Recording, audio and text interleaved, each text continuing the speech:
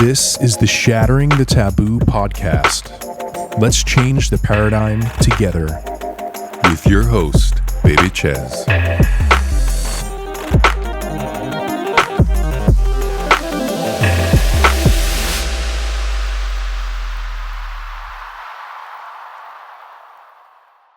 So today I wanted to talk about something very important.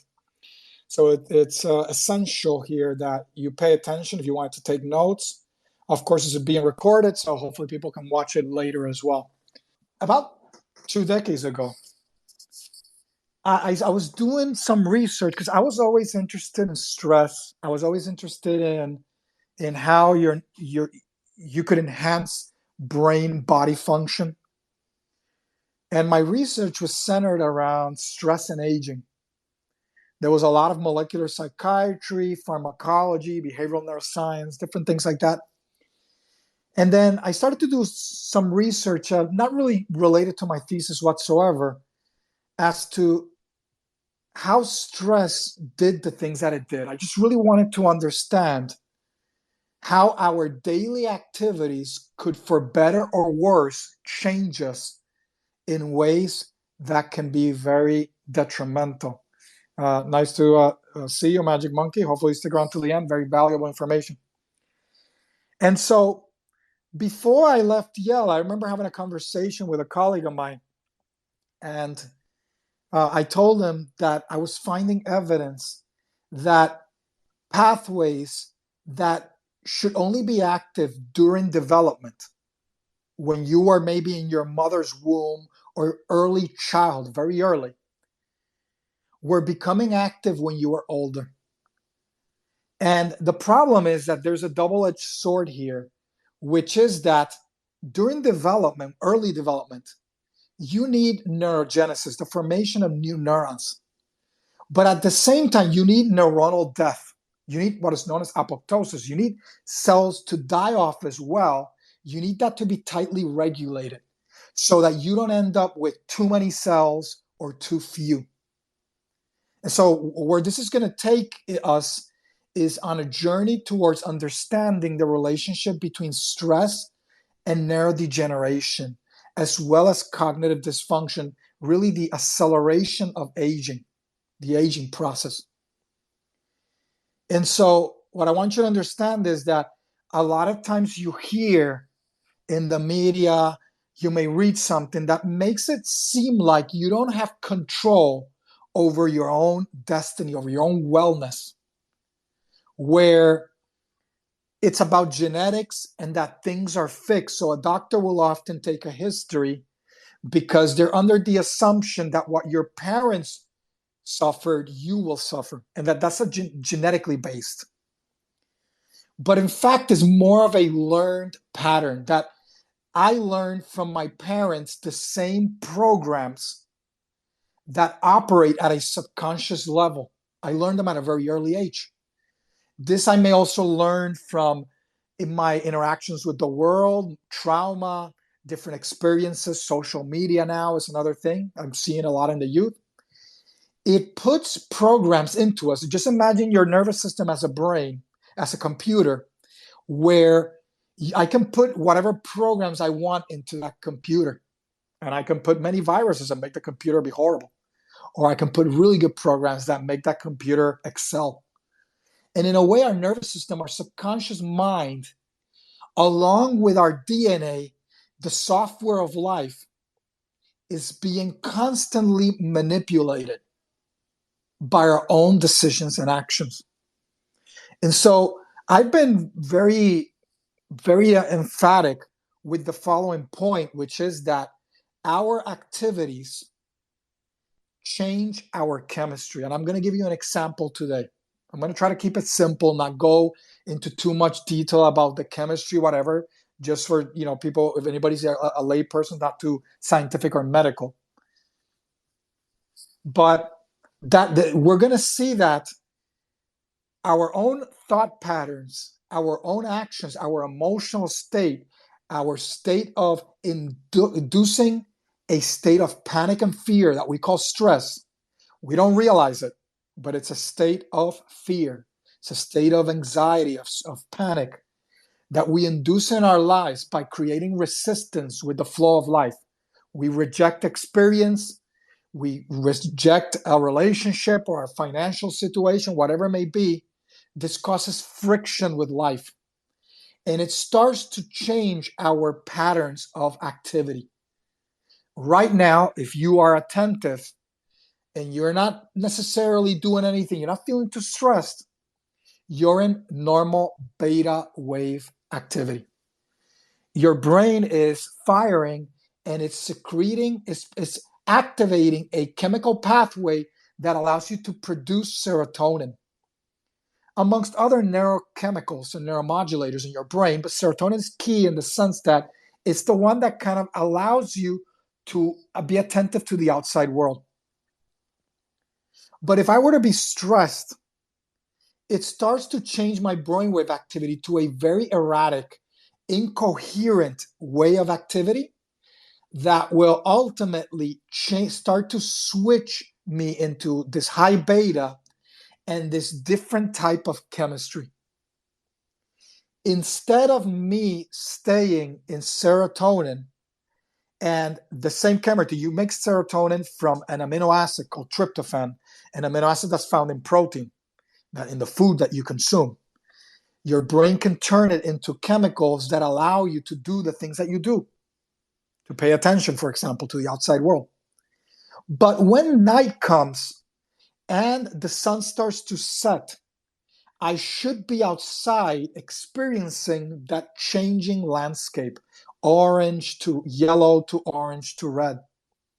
And as that color changes, it starts to switch my nervous system into melatonin. And you're going to see how this connects to stress, how it takes it away from both of these, from serotonin and melatonin to something else that can actually do a lot of damage to your nervous system. And we're going to link it as well to neurodegeneration and to aging.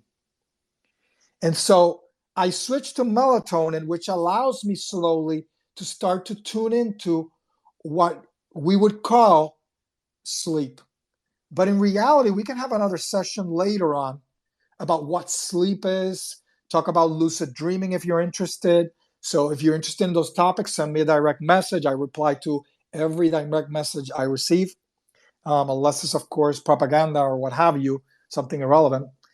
So if you're interested in that topic, we can cover that.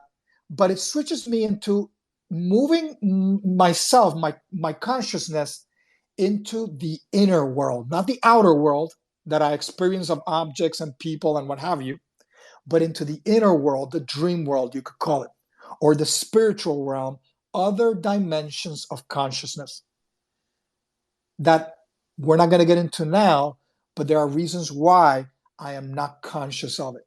I haven't trained myself to fall asleep, to be unconscious of the hidden dimensions of myself. So now, look at what happens with stress.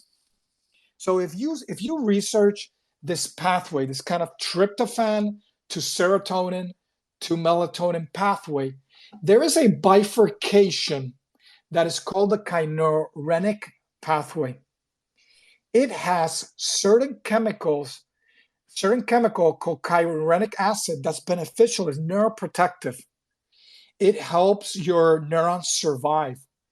For example, under conditions of inflammation, oxidative stress, it may serve a role in slowing down or preventing Alzheimer's, even Parkinson's disease, which is another neurodegenerative condition, but more the muscular kind, and Huntington's disease, which is another one, a very strongly related genetic condition, but may be slowed down its progression through the activation of chemicals that we could consciously activate by learning to become less overactive, less stressed, to learning mindful practices, relaxation techniques, breathing techniques, because you're going to see that this pathway seems to be connected to CO2 as well, low oxygen availability, which you often see when you're stressed.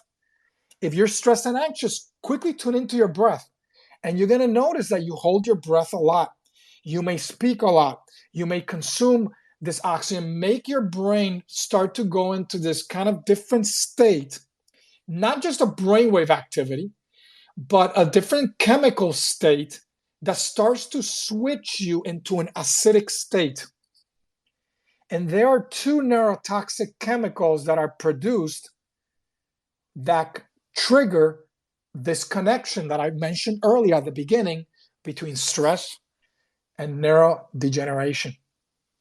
And so what I invite you is to not only understand why this is important to you, because we all struggle with this. I mean, I teach stress freedom, so maybe I shouldn't necessarily include myself, but I do include myself in the sense that I went through this struggle for many years, and it caused me to develop the systems to prevent this. And one of the best ways to prevent this is to become aware and to do practices that you interject during the day. Especially, you should interject them in 30-minute intervals if you can. Because if you interject them in 30-minute intervals, you prevent the increase in the change of the neurochemistry in your body. So just imagine, let's just take, for example, cortisol, a stress hormone. As I keep passing through the day, hours, minutes become hours, and these hours start to pile on in the day. Just imagine a graph with a straight line just moving up and up and up and up as I accumulate more of these chemical changes, not just cortisol, but other chemicals that negatively impact me. For example, switching me out of this tryptophan, serotonin, melatonin pathway that is connected to nature, which we won't discuss today, to cues from nature. And we're so disconnected from nature nowadays. And it switches me into this other pathway that is very detrimental and can have strong physiological as well as pathological roles. For example, there may be a connection to this in schizophrenia and other mental health conditions, as well as, interestingly, cancer, because there is an immunosuppressive effect associated with some of these chemicals. And so it's no wonder that stress is immunosuppressive. And as we move into an era where wellness becomes more important, I have made it my mission, and I made this space my home. And I'm not talking about just Twitter. I'm talking about the NFT space, the crypto space, the metaverse is emerging, a number of things that I'm working on behind the scenes, including now I'm 100%. I told Jaime Aesthetics, who's hosting the space with me, I told him that I'm committed now to launching my own thing. I talked to an attorney to do this. So if you're interested, you want to know more, I'll probably do in a space to talk about that at some other point, because it'll involve the Discord community. And if you want access to really life-changing information from a self-development side, from a wellness side, spiritual development, a number of great topics, you'll want to be paying attention. I'll probably eventually have an NFT component, and anybody that's OG in that project will be getting that NFT for free. It'll be airdropped to your wallet. Anybody else will have to pay. So you want to pay attention to that. Follow me, put notifications on so you don't miss some of these events, because I do pay attention to people who are here consistently, that contribute, that want to learn, because I'm only interested in serving self-disciplined people that are really wanting to take their life to another level. So it's important to know that it's under your control, but of course you have to learn the tools. I was working with an entrepreneur in the space that unfortunately is not here today because they're hosting another event for their own project. And while working with him, I realized that he had all the qualities that you would consider a disciple would have. He was so motivated, very self-disciplined. He's aware of his limitations. He really wants to work hard. He took action immediately, and then out after we met, after we worked for 2 hours, because I'm working with him privately, like private coaching. And it was, he has all the qualities, but if you don't have the tools, then how are you going to know what to do? And my job, at least I feel in the space, is to teach people those tools to accelerate their development, to take what took me decades and to have you be able to integrate it in a matter of months or maybe a few years. However long it takes you, it may take people longer or shorter, it depends. So it's under your control. And so what we have here is the following. So I wrote an article recently, and I titled it what this space is titled, on overactive brain is linked to a shorter lifespan. And so it's very interesting because a study out of Harvard suggested that this kind of this ancient practice, but ancient doesn't mean it's inferior, the ancient yet advanced practice of just letting go, of allowing the mind to rest, to this process of, almost like in Buddhism, they call this emptying process, where I'm not always trying to fill my conscious space with noise, with to-do list, with activities, gaming, or what have you. I see people all the time trying to do stuff that no wonder when they're sitting idle, they feel bored. They cannot but help themselves feel agitated when they're trying to sit still. Please begin the journey to spend at least a portion of your day in quiet rest, trying to observe the conscious experience without doing anything, just mastering the art of being. And today we're going to do a breathing technique to help kind of put a clamp down on that level of activation. So try to get a sense of how you feel now. And then after the breathing technique, you can try to see and compare how you feel afterwards. I've gotten to a point where if I hear somebody speaking and then we do a technique, I can notice a difference, like my ear, because I've been doing a lot of work more in this space, not in person. I've become more sensitive to that. As well as if I'm looking in video, I can tell a big difference in them. When I work with somebody privately and we did this breathing technique, you could tell the difference. They were really agitated, really anxious because their project hadn't minted out. They were having some problems.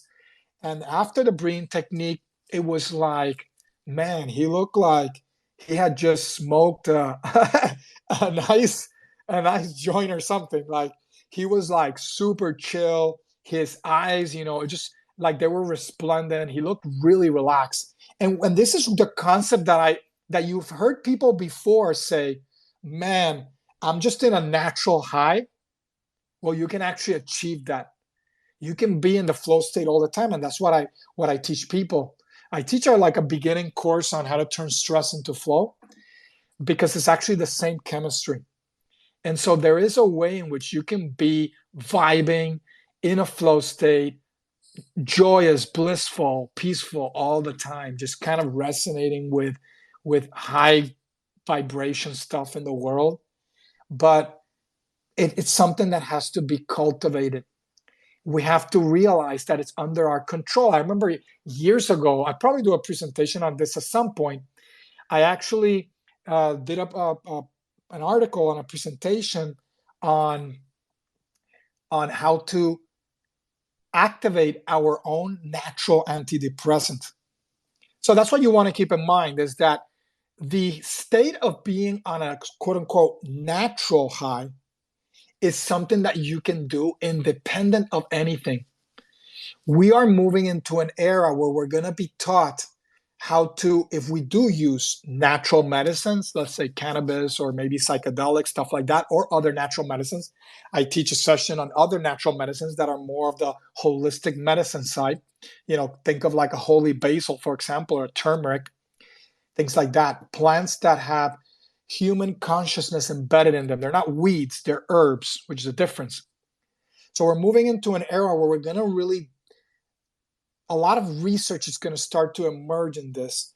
There's going to be cross bridge between natural medicines, technology, the metaverse, even virtual reality, and mental health practitioners that are going to find a way, like you've seen like anti-aging clinics, people will try to optimize their hormones, things of that nature. What I would love to develop in the future as well is how to, a program or a business where you optimize people's chemistry. And so that's what I teach is like how to optimize yourself so that at any given standpoint, you're always your best.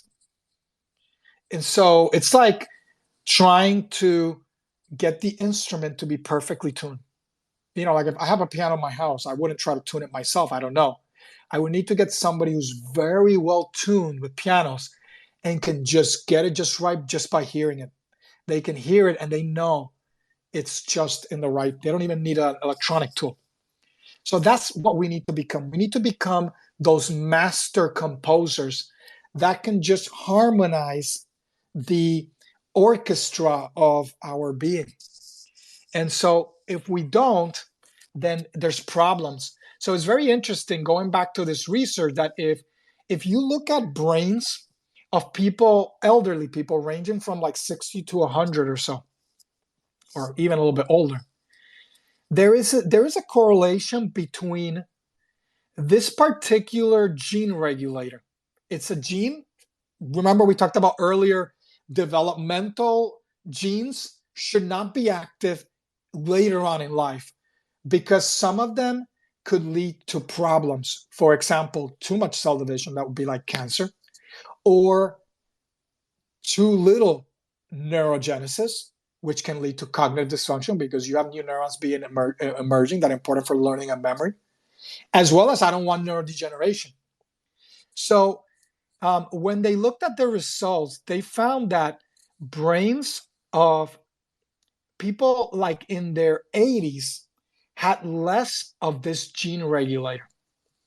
It's almost like it's switched off, but then it's turned on.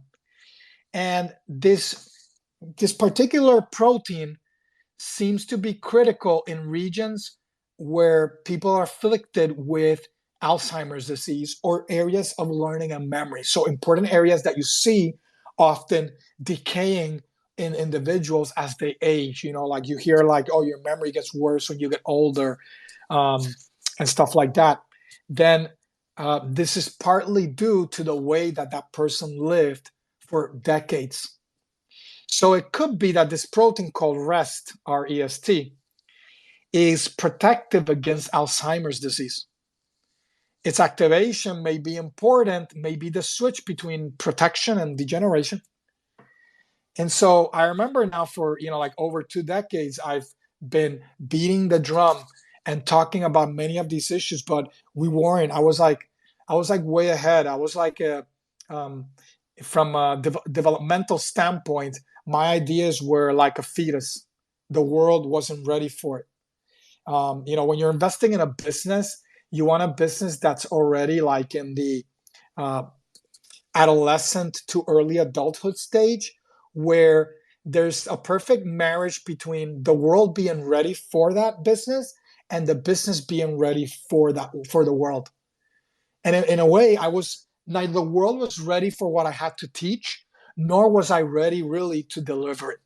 And this is why I always tell people, don't rush things. Everything happens at the right time.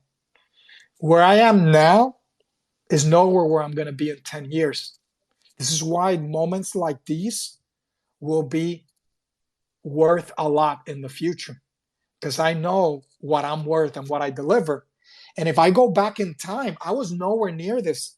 And often people see others that are successful and think, wow, man, look how successful they are. But they don't realize all the sacrifice, all the difficulty, all the things that went, that not once did people that are successful focus on what they were getting. Maybe they were serving only a handful of people or less. But as they kept pushing their word, their message got out, and then they were able to grow. So think about that. Everything happens at the right time. And so I remember having these ideas a long time ago about how chronic stress can modulate aging and induce neurodegeneration. Some of which also is a dysregulation that I teach in a workshop where, as I experience stress, it gets in the way of my sleep. I start to suffer also from sleeping problems, less quality sleep. Even if I don't think I suffer insomnia, the quality of my sleep is lessened. And the next day I wake up at a higher baseline of cortisol, of stress hormone. My chemical state is more conducive to high beta anxiety, stress, and of course, stimulating these chemical pathways that are detrimental to our health. It's almost like a positive feedback loop that just keeps feeding on itself. And so, our it seems like this higher beta type activity that we see in stress is linked to overreactivity that impairs our brain function as we age. And because rest regulates this, then it is possible that there is a connection between stress and rest, as well as other signaling molecules that may not have been identified yet. Because remember, your chemistry is an expression of your subconscious mind. And so any program that's actively running on your computer is an expression of the underlying software that's there.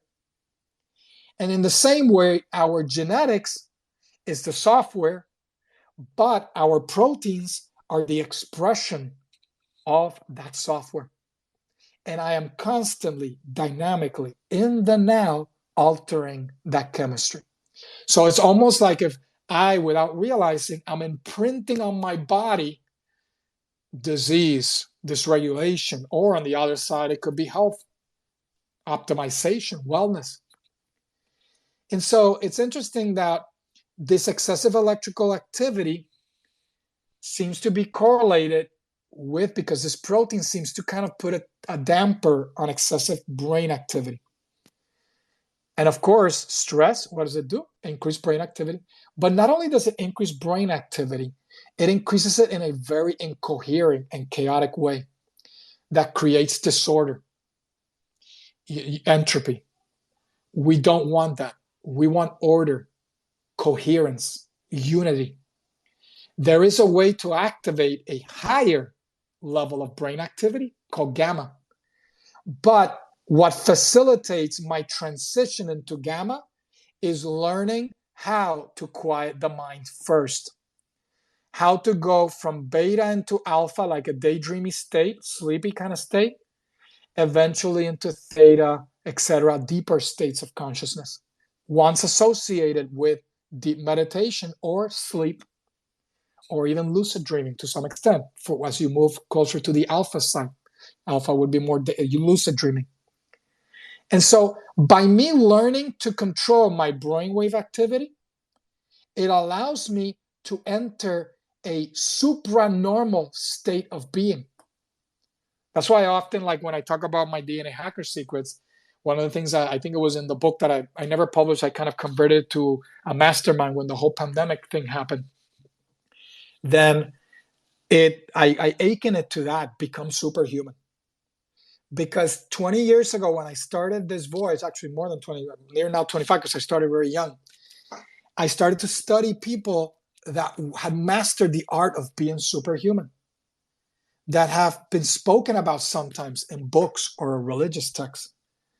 And so it allowed me to understand that they also came from the same journey that I did. They were human just like I was, but they had mastered the art of living and I hadn't. And so I studied them, and then I took my scientific background and my understanding of also not just Western science, but also Eastern philosophy and contemplative traditions. It allowed me to kind of bring that all together into what I teach nowadays. And so I started to think about this, and then I realized that there was a definite connection. And so this Harvard study, when they compared the genes of older and younger adults, they found that people that were older had significantly less expression of genes associated with neuronal overactivation. When I'm feeling in love, it changes my chemistry. That is something empowering. It enhances my immune function. It decreases inflammation, one of the silent killers of our generation, along with stress.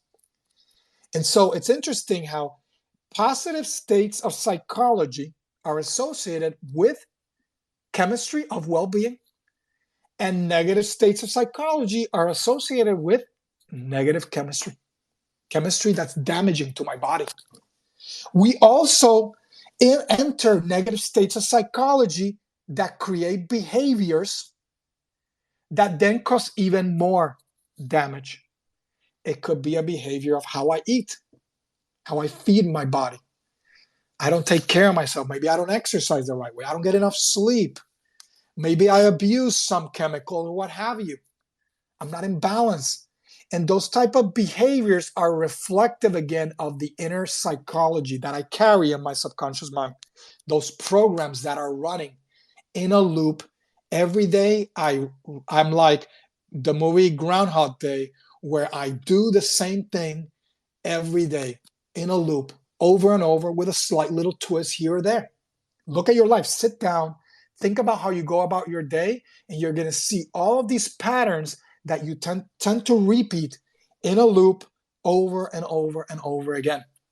It's interesting that I've seen authors, talk about like Buddhist monks, yogis, for example, in the Himalayas, that consistently integrate these practices that I talked about earlier, learning to getting to these control your nervous system, control your brainwave activity will change my chemistry, and that chemistry then feeds back to my subconscious mind, reflected by your autonomic nervous system, and it starts to reprogram you. This is why my book, The Art of Stress-Free Living, the subtitle is Reprogram Your Life from the Inside Out.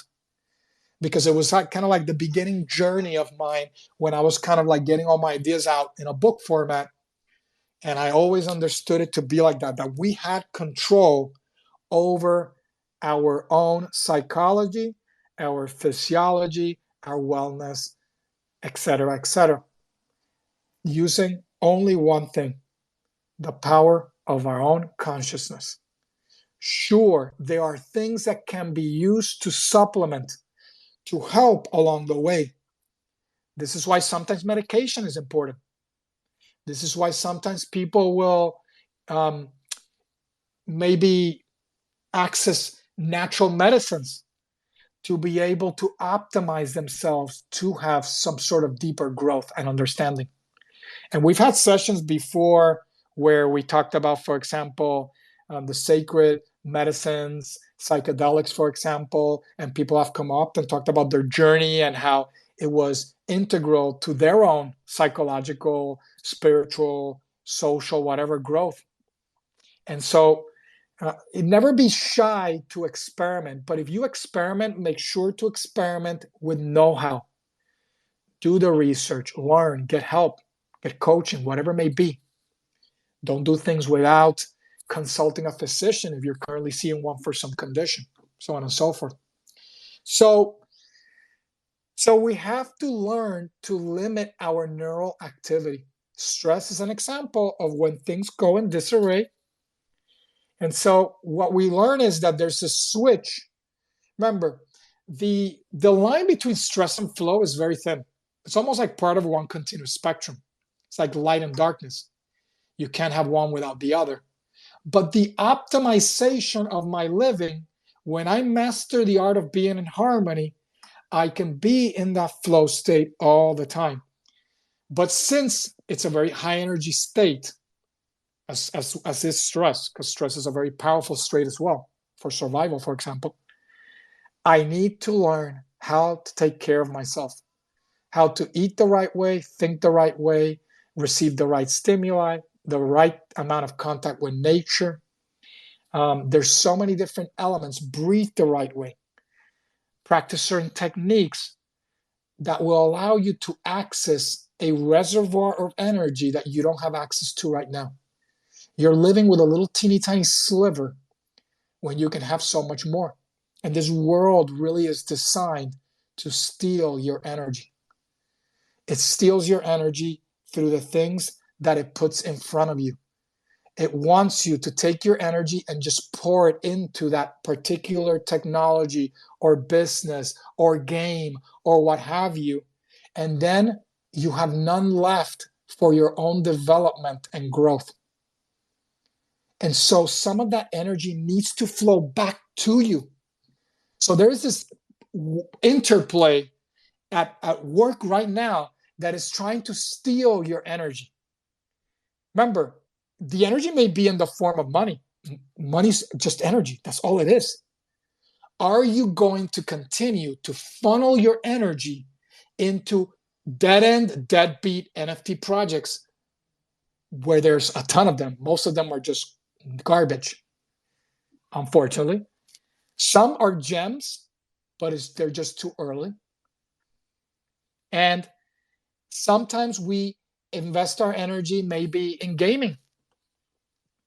I remember one of my first spaces, Ability was there. That was like my awakening in the spaces. And that's why I'm always thankful for Ability, because he opened that door. I remember this one guy who showed up who had a problem with addiction to gaming. And he was stuck and he was struggling because he has spent a lifetime investing his energy in nothing that was taking him nowhere. And the problem is that we've allowed the system to reach us at a progressively younger age. We allow social media to reach our children, games to reach our children, all the things that divest their energy away from their own growth, from their own ability to express their own inner genius, to heal, to grow at a personal level, at a physical level, and at a spiritual level.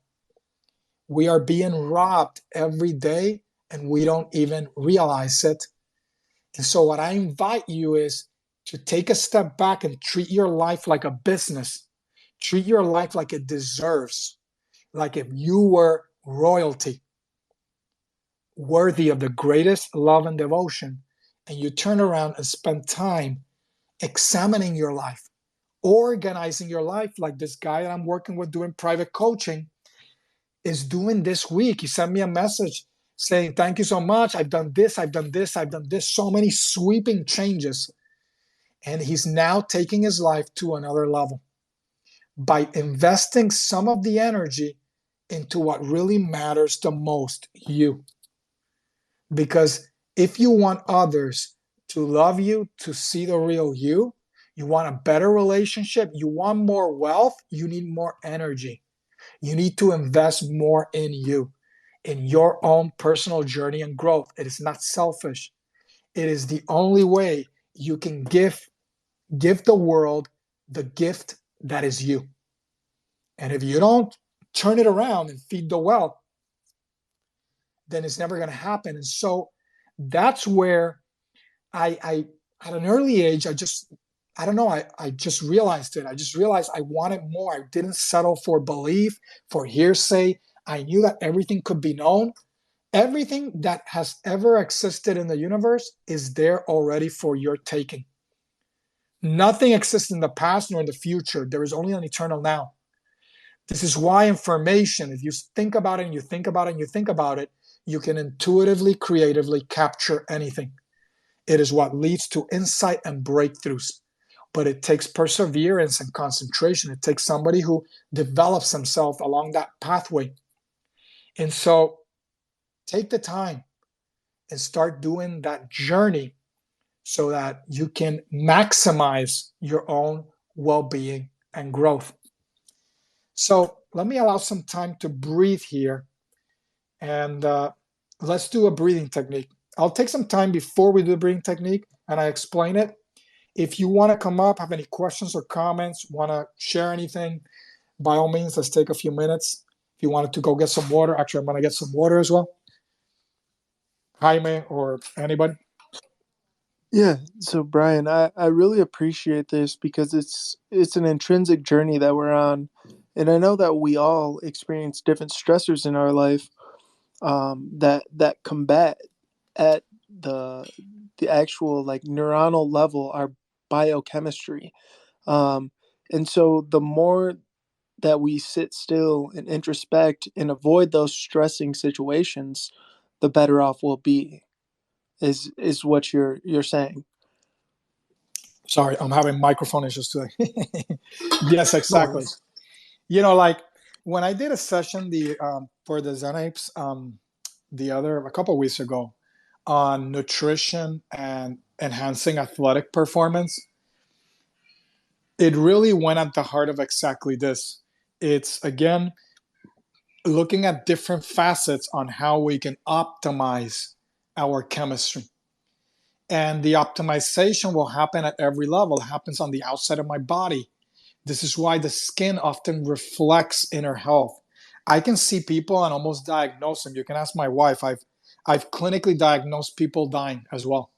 That I told my wife that person has only weeks left. Boom, a few weeks later or a month later, gone.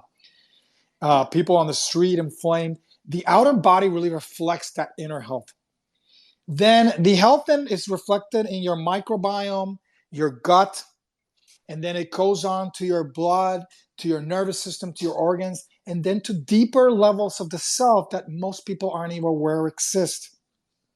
So sometimes I work privately with people and I work with them at a deeper level. Diseases that are there, but you would never be able to diagnose them physically because there is no physical device that could identify them. So as you go on this journey, you want to go on a journey of a disciple, not a student. A student does what they're told. They do the bare minimum. But a disciple goes the extra mile, studies, doesn't have to be told to do certain things. They get it done. And that's what I really loved when I was working with this person recently, on Monday, is that he exemplified that. And he was the one that was actively doing it. When I told him how much it was, he didn't say, oh, that's too much or what have you. He didn't put any barriers. He was receptive. This is why Sri Dharma Mitra, a yoga legend who wrote the foreword of an unpublished book of mine that I'm probably going to release as a NFT. His name is Dharma Mitra. He always is famous for saying, be receptive to the grace of God. There is a flow, a beautiful, intoxicating flow that is there available to you. But we are just not receptive enough to receive it because we have not created a vehicle to receive it. And so that's why you see some people in India that may be walking around in a state of ecstasy, maybe naked, and nobody gives two craps about it. Nobody is saying and judging that person should be in a psych ward. They know that that person is exactly where they need to be. And they are in such a beautiful state that if you were receptive and come close to them and they touch you, you will go into the same exact state for sometimes hours at a time. It's a beautiful process. But it must be cultivated, the state of being in the flow, being in love with life, you could say. This is why in Buddhism, they espouse, probably the best teaching is that you don't need to wait to have heaven. You can have it on earth. We as humans can create that in the now. But people wait for it to come without realizing that there is nothing that needs to be searched for. It is already there. Stop putting the barriers towards that. Okay, go ahead. Yeah, and so we're talking about the mental pursuits and the paradigm shift mentally. But another thing you touched on, and I think you talked about this before in that session that you're referring to with the Zen Apes about peak athletic performance. What are some things or some foods that you would suggest after coming off of like a fast or, a fast essentially? So people don't know this, but fast is used in some countries as a cleansing technique because what happens is that your body is not able, shouldn't be with so much food being put into it.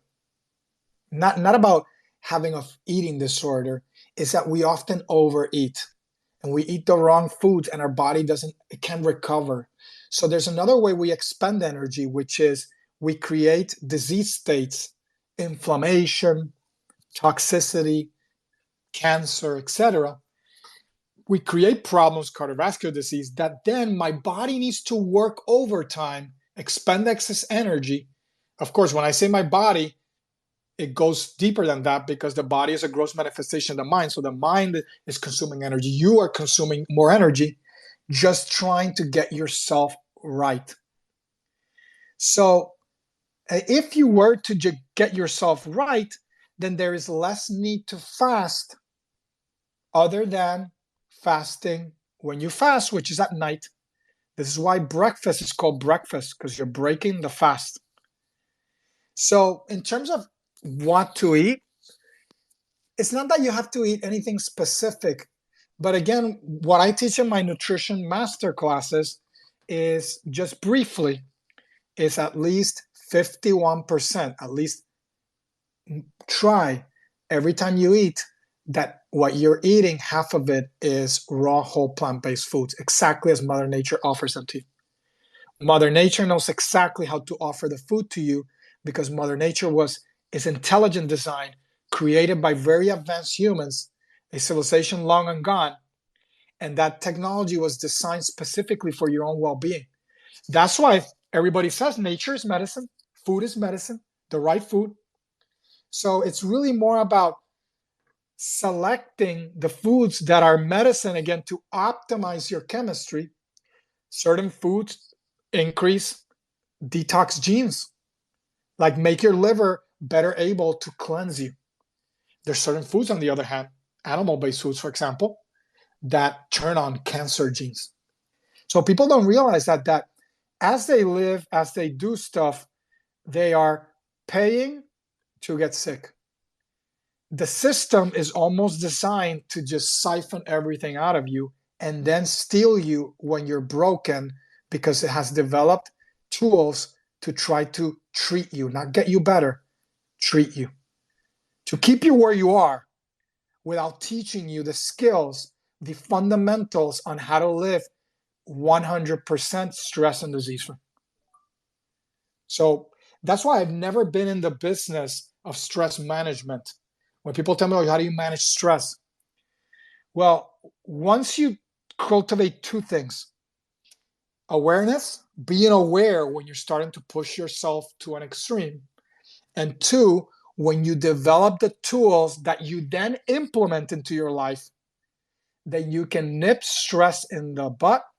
You can start to conquer any and every condition. I don't promise anything, because at the end of the day, I don't live with people. I don't know what they do.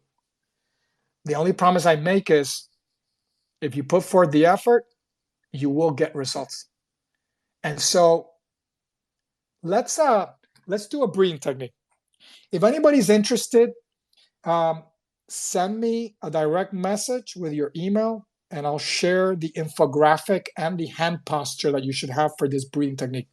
This is a Kundalini yoga technique. Some of the techniques I teach have been tested in either, what do you call these? Not clinical studies. It's like case studies. And case studies, as well as sometimes even scientific studies, formal research.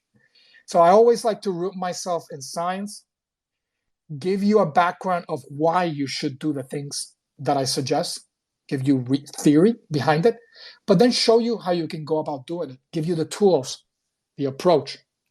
All right, for this position, for this breathing exercise, and after this, we'll unwind this and wrap it up.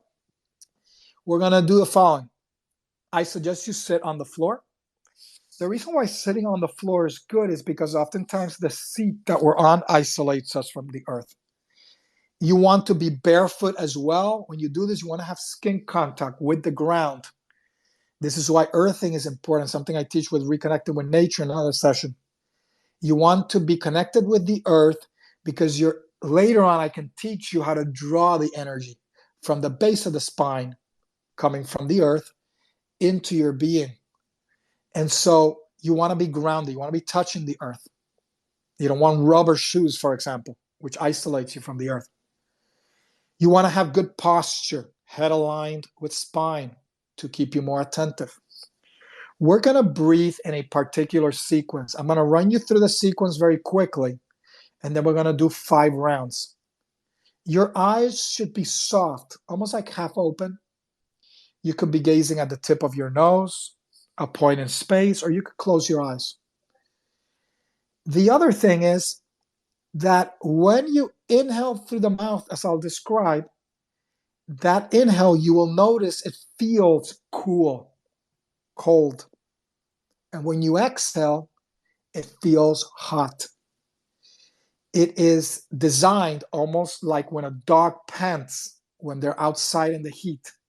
They're trying to dissipate excess energy, which the environment is giving them through heat. And in the same way, when you are stressed, mentally tense, agitated, anxious, you have too much disorganized energy. You're in high beta. You're feeling incoherent. You need to dissipate some of that fire, some of that energy, some of that heat. And so this breathing technique, the sequence will disrupt the thought patterns that are getting you agitated. The hand posture serves a similar purpose. For now, you can hold your hands on your chest, left over right, on the abdomen, left over right, or one in each, one in the chest, one in the abdomen. But later on, I'll send you, for those that are interested, you hold a posture, the hands in front of your chest in a specific hand posture, or mudra, it's called. So the breathing technique is the following way. We're going to start by inhaling through the nose, exhaling through the nose. We're going to inhale through puckered lips, like if you were going to give a kiss or whistle. And then exhale, relax mouth. And that exhale is almost like a sigh. It's like, like that sigh that you give when you're frustrated and you just take an inhale and you kind of like sigh and you exhale. That's the exhale you should do. You mentally want to kind of think that you're just kind of letting go of some crap. So again, inhale through the nose, exhale through the nose, inhale, puckered lips, exhale, relax mouth. Then we inhale through the nose again, exhale, relax mouth. And I can feel it. If you do it the right way, you can feel there's a certain change. There's something like almost like your potential drops. It's almost like you're in a higher, unstable, energetic potential, and you just drop to a more stable potential. Study chemistry. You'll see all chemicals are exactly like this. That's what agitation is. Anxiety. You're vibrating at a very disordered and entropic state. You want a negentropic state. You can stimulate that to stimulate greater order, synchrony, coherence, health, etc. So then, after we exhale, relax mouth, we inhale, pucker lips again, and then we exhale through the nose. So very quickly, and then we're going to do 5 rounds. Inhale through the nose, exhale through the nose. Inhale, puckered lips, exhale, relax mouth. Inhale through the nose, exhale, relax mouth. Inhale, pucker lips, exhale through the nose. And make sure that when you practice this on your own, you make sure to make your inhale slow and steady and make your exhale longer than your inhale. The longer you make that exhale, the more anxiolytic it is, the more it can taper this excess energy, this anxious state, this mental tension, etc. All right, let's begin. Seated, good posture, eyes half open or closed. If they're half open, just gaze lightly at something, your nose or a point in space. Maintain a state of concentration, calmness, serenity, dignity. All right, exhale completely. Inhale through the nose. Exhale through the nose.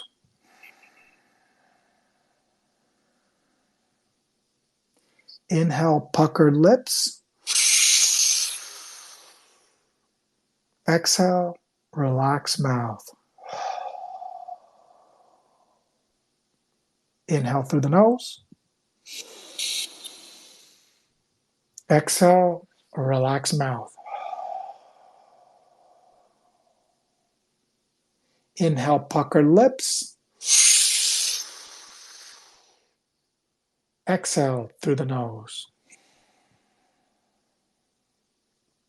Inhale through the nose. Exhale through the nose. Inhale, pucker lips. Exhale, relax mouth. Inhale through the nose. Exhale, relax mouth.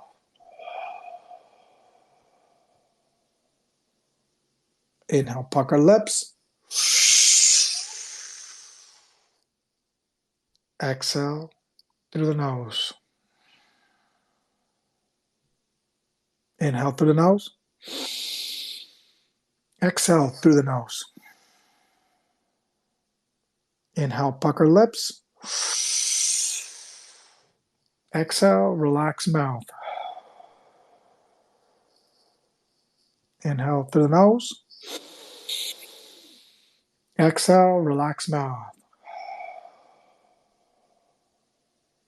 Inhale, pucker lips.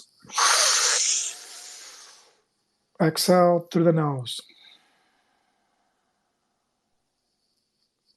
Inhale through the nose. Exhale through the nose. Inhale, pucker lips. Exhale, relax mouth. Inhale through the nose.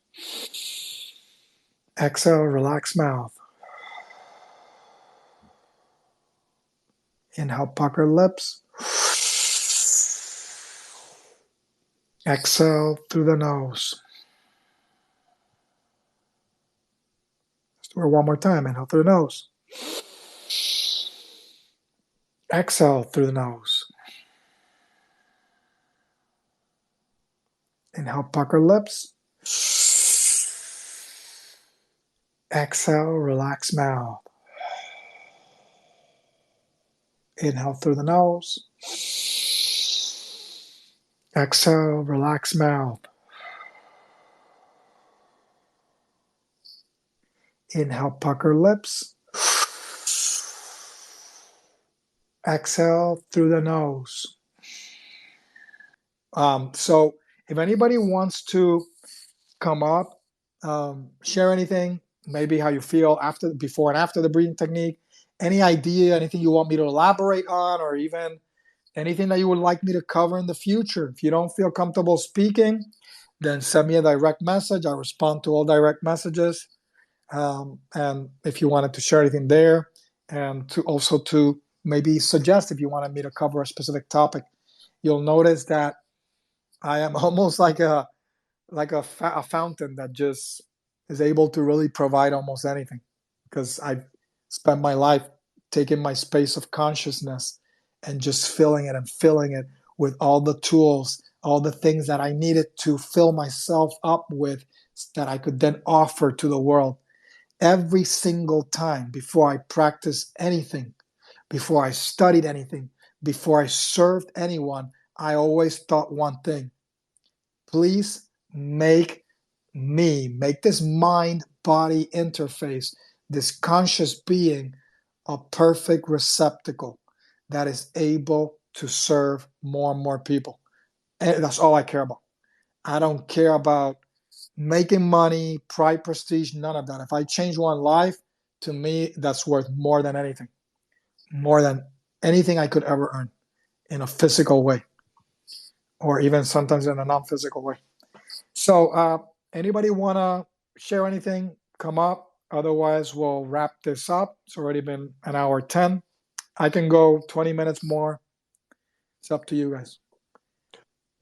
Almost immediately after about midway through the first cycle of breathing, I just felt a heightened awareness of body, like my sensations within my body. Thank you. That's a great breathing practice. Yeah, it's interesting how once you learn something, you apply it, you realize, this is what I told that person I was working with privately. I basically told him, look, I didn't do anything. I may have guided you, but you know who changed you? The person that I see now that looks completely different, transformed? You. Because you were the one that actually did something to change the programming. And therefore, it's up to you whether you're going to make that change in yourself or not. Let's see if David can come up now. He's requesting. Sure. Okay, well, I just wanted to tell you thank you. I did stay in here. I was listening for quite some time. I just had gotten off of work, and I had kind of a really rough day. So I just wanted to thank you for being able to do the breathing technique with you guys. It actually did help, gave me a lot more clarity, and it got rid of my rage. I had a lot of rage coming home too, and so it got that off my chest for sure. Kind of helped me get a little bit more clarity before I come in home.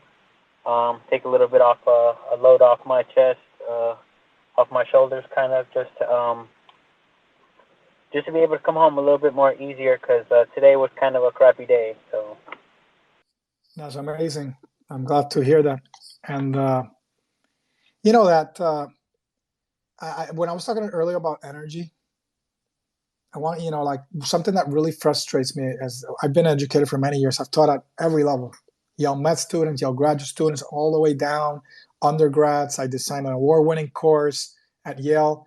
I've taught all the way down to even my kids privately, elementary school level. And something that kills me is how, when I talked about earlier about energy, how David, I can feel where you're coming from, where you have to spend your energy sometimes doing things. Sometimes I feel like it wasn't even your choice. A lot of times you feel like, and I know this because I was there, and doing things that I'm not meant to be doing, that don't cultivate my inner genius, the real me. Everybody has it. Everybody's a genius. Let me tell you right now. Everybody that's here, everybody that's listening or not listening, everybody's a genius, but not everybody, life has not put them into a position where they could express it. Some of that is our own doing. I'm not saying that it's just some outer force acting on us. No, there's a law of action and reaction, karma, a karmic law at work, where I'm a product of my own doing. So, but at the same point, I can start acting in the now to change that, so that I can put myself in a place where I'm doing the things that I am meant to do, so that I don't have to waste my energy to do something that is not for me. Sometimes people spend the whole career. I have a friend who went to Yale with me. If you look, he's my age. He's actually 2 years younger, I think. And he looks done. He looks like 15 years older. And because his energy was siphoned by the pharmaceutical industry. A bright mind spent his whole life just doing stuff to serve another master, to serve a big corporation. He built a lot of, financial wealth, but at a huge cost. There's there's a much better way to build energy. And anybody who's made it says this. This is why I always say that I provide value. I always focus on value.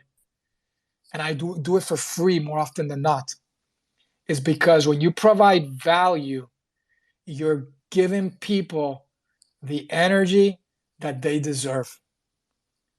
And most places are just looking to take. If you look at any business, most businesses are designed to take. They're designed to strip you of your health. They're designed to strip you of your know-how and of your energy, or whatever it may be. Oftentimes, they're not there to serve you. They're served sometimes to try to give you another option to replace another problem that you might be having. And so, Like I see that a lot. I study a lot of like at marketing psychology. And you see that like it's almost like watching a movie. You go on the website and the website is taking you on a journey. And it takes you to this crescendo moment of holy crap, I have this problem. And then all of a sudden, boom, here's the resolution is I have what you need. And everything is very simple, but we just make it very complicated because we put up so many barriers to prevent us from getting where we need to get to. And David, maybe today you saw, I've always taught this spouses is you should always keep the company of enlightened ones. Always look for inspiration. Always look for spaces like this. Read good books, get in contact with nature, etc., so that really starts to transform your thought process. Changes the way the conversations that you have. Often the conversations that we have are very toxic and destructive and are an impediment for us to take action. And so that starts us on a journey. And then as we take it, it starts to change our belief system of ourselves. And we start to plan more. And we start to take action in the now, which yields results. And those results then change our belief, change our own inner psychology, which leads us to be more confident, to be more bold, to take further action, farther than we ever thought possible, and get even more results. And then those results then allow us to transform our behavior in the now more. Yeah, I think a great example of this actually happened to me today. I spent the day yesterday really consecrating myself and just tuning in to my own energies, what I needed, and expressing gratitude for my situation. And today, I was on a call with a couple of people from the Discord, Mix and Raz, and my friend texted me, and he's like, "Yo, I have a question. Can you help me out with this?" So I'm like, "Yeah, sure. Give me a call." He calls me up on FaceTime, and he's having this trouble with this chain, and I wasn't familiar with the chain, but I'm comfortable enough with the technology that I can kind of be a guidepost. And it felt like IT support almost, in that I had to do some troubleshooting, and I helped him solve an issue. And for that issue that I helped him solve, he sent me $1,000 just for for me. It didn't feel like anything abnormal, or it didn't feel like work. It was just, I have put in the work to accumulate the knowledge in this specific area, and he needed my wherewithal that I wasn't taxed at all by doing. It wasn't a difficult task. um, but he deemed it that valuable. I didn't ask him to pay me. I would have done it for free. But he was like, I couldn't sleep at night if you just helped me make this much and I didn't help you in this regard. So that's just an example of how being in tune, being in balance, and doing the work on yourself first, and making effort to build up yourself can turn into different opportunities. You never know um, what can happen when you do those things. I wasn't searching for it. I wasn't out here working tirelessly. The opportunity presented itself to me, and I'm very thankful for that. Yeah, and I think that something that I notice is that as you have that experience more and more, you get more in line with your dharma, with your purpose. You'll have more experiences like that where life just seems to be more effortless. Help comes in different ways that accelerates your growth. And that's why I always say that we've created systems in our life that are a roadblock to our own freedom.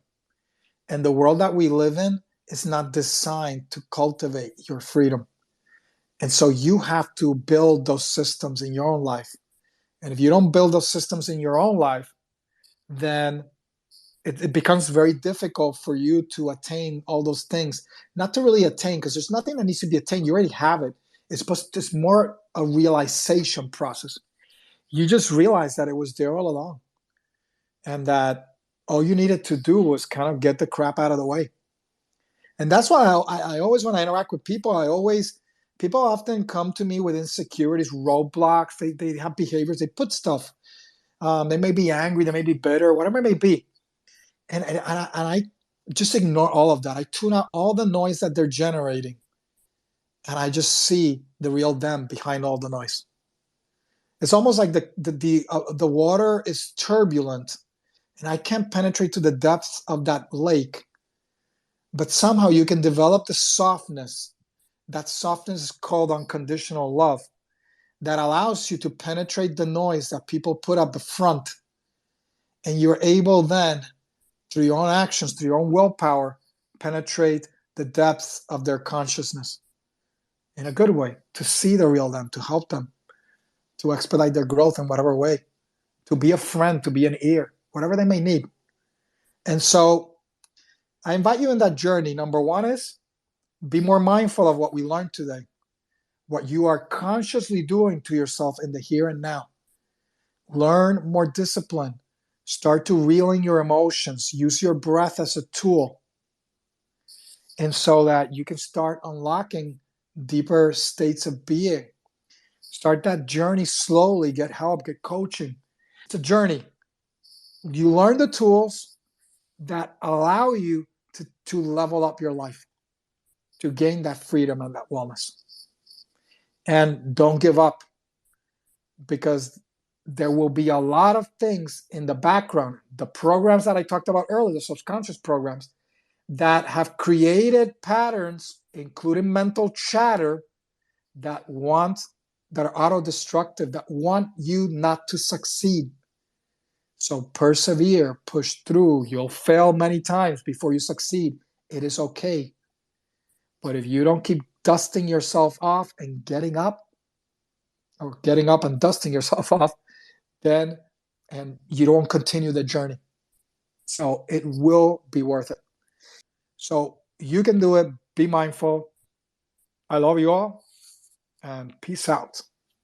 Take care, friends. Yeah, thank you.